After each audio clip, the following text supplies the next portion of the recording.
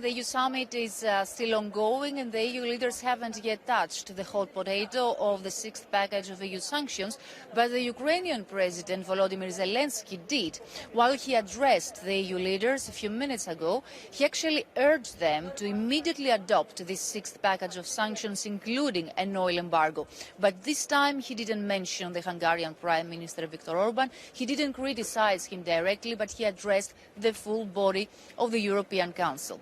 So, what we know so far is that following several rounds of tense and unsuccessful negotiations over the controversial oil embargo, this morning the EU ambassadors managed to reach a compromise in principle over this really controversial issue, oil embargo. And this is mainly for the oil that comes to Europe through the sea, to the European ports. And we speak about 75 to 80% of the total Russian oil that comes to Europe. The rest comes through the pipeline Druzhba, and it comes to Hungary, Slovakia, Czech Republic, Germany and Poland. And of course that's this pipeline is excluded from the package of sanctions because of Hungary. And Hungary got what it wanted, but what Viktor Orban said is that he needs even more guarantees. So he said that this is in the good direction, but he still needs more guarantees, and we have to remind that Viktor Orban and Hungary is the one that has been blocking the sixth package for 1 month now. The rest, Czech Republic and Slovakia, said that they are ready to disconnect from Russian energy as soon as possible, while Germany said that it can do it by the end of this year. What is expected today is, of course, a debate to see where we are, and the most optimistic scenario is to reach a political agreement, and then the ambassadors can move on with the technical work that is needed in order to be adopted as soon as possible over the coming days. But let's see what will happen over the dinner, which is very important, and tomorrow.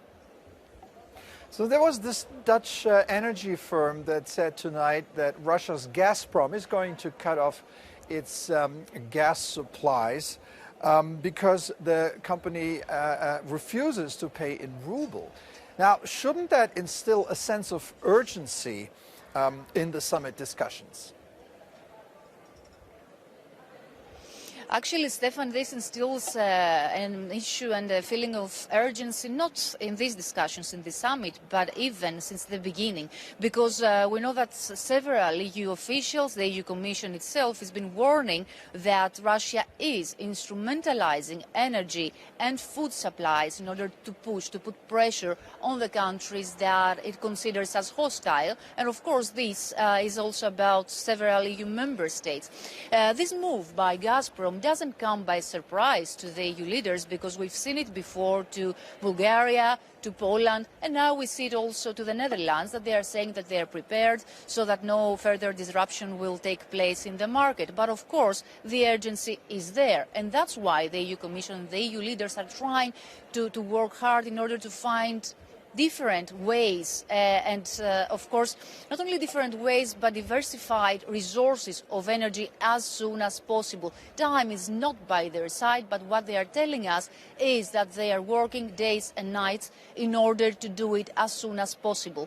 And that's why the REPowerEU, this project that the EU Commission has presented last week in order to invest, to finance projects of energy in the EU, is going to be discussed tomorrow, and including the energy prices. This is a big debate that the leaders are going to discuss tomorrow, of course, under the shadow of this new move by Gazprom.